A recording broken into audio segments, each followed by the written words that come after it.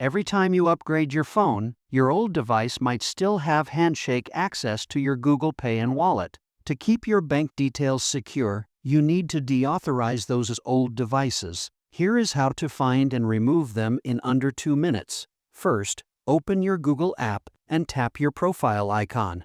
Go to Manage your Google account and head over to the Security tab. Scroll down until you see Your Devices and tap Manage All Devices. Find the device you no longer own, click it, and hit Sign Out. This is the first layer of security. It kills the active session on that phone so no one can open your apps. Now for the deep clean. Go to pay.google.com, click on Settings in the top menu, scroll down to Your Payment Profile Status. While you can't delete a device here, you can ensure that your virtual account numbers linked to that old phone are removed by checking your payment methods and clicking Remove on any card associated with that specific device. Clean List, Safe Wallet.